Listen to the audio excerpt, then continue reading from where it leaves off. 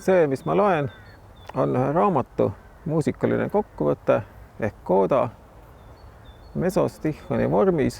See tähendab, et selle raamatu nimi jookseb tekstist läbi 5 korda järjest, aga vertikaalselt, ilma et seda kuuleks. Aga see nimi on Kui kivid olid veel pehmed.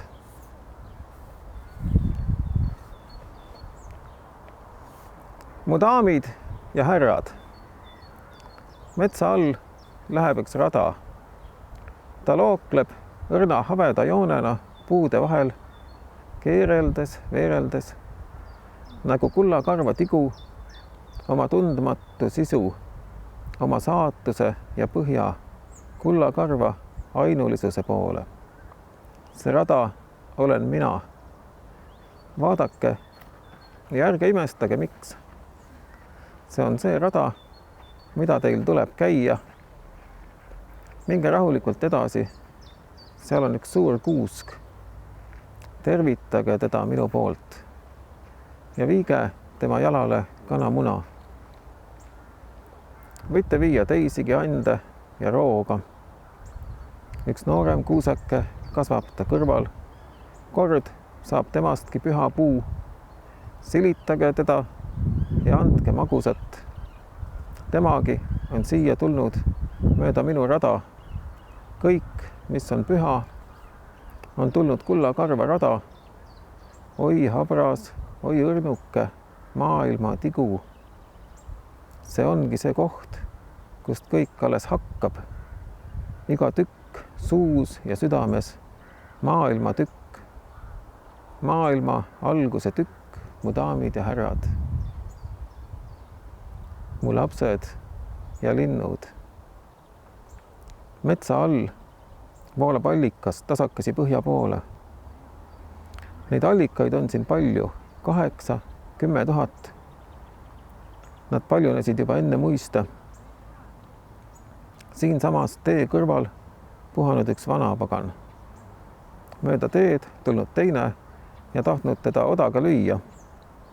Aga see vanapagan ärkas üles, kargas jalule ja pistis jooksu. Sika-saka, vinka-vanka, hüpeldes ja kareldes, et teine talle odaga pihta ei saaks. Nad müttasid põhja poole, kus mühises meri, aga jalajälgedest sündisid allikad. Need allikad on pühad, ravivad silmi ja annavad terava nägemise. Nad voolavad esivanemate maale, tulevad alt maa põhjast ja suunduvad ikka samamoodi põhja poole. Kõik tuleb tagasi põhjast ja läheb tagasi põhja, sest seal tuksub maa süda. Kuurdub kullane tigu ja esivanemate elu, mu lapsed ja linnud. Mu kiilid ja sisalikud. Tõde on linnuke oksa peal. Laske tal laulda, ärge püüdke teda püüda. Laul läheb meelest ära, nagu uni läheb meelest ära ja tuleb jälle meelde, nagu oksa praksatus. Korraks on maailm nii selge, sa jääd seisma ja vaatad ette ja taha, üles ja alla, sisse, vasakule, paremale. Kõik 7 suunda, Jumala selged, aga see selgus on siiski segadus. Sest alles hämaras lähevad asjad liikvele. Elu ärkab ellu, isegi linnud ei laula enam. Nad on nüüd vait ja kuulatavad. Kuskil hakkab müdin. Metssiga tormab legi tihniku. Hundid uluvad, metsa ema korjab mustikaid.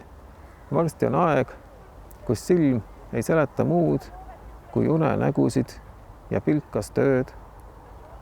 Just nüüd on vaja nägemist. Nagu oksa praksatus tihedas udus ilmub unustatud uni ja meelde tuleb hämaruse laul, mu kiilid ja sisalikud. mu põõsad ja puud.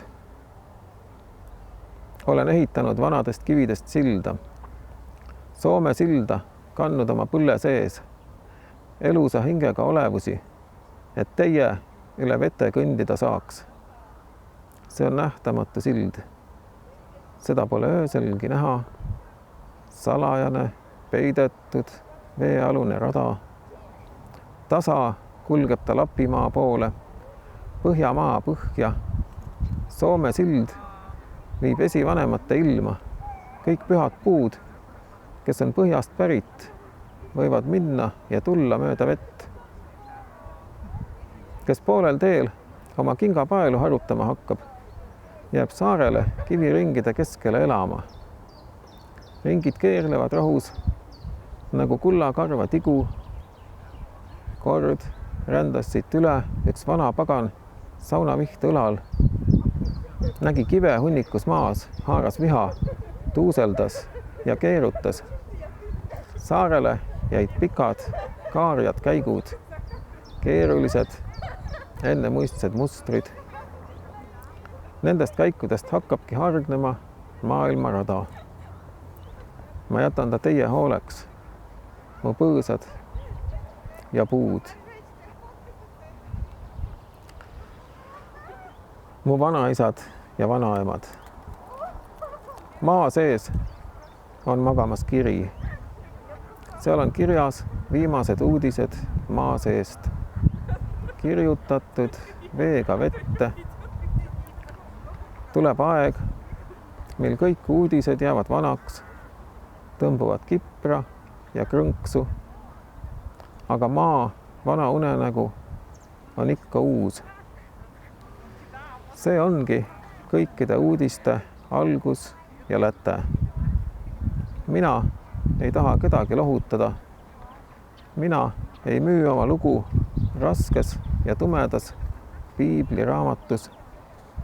Minu aeg on alati mööda läinud, enne kui püüdjad saavad asjast aru. Ja ometi on ta alati alles tulemas. Kirja aeg, uneaeg, alati hakkamas. Seda aega on nii palju, et ainsasse minutisse võiks mahtuda 1000 tunde. Kõik tahab veel loomist.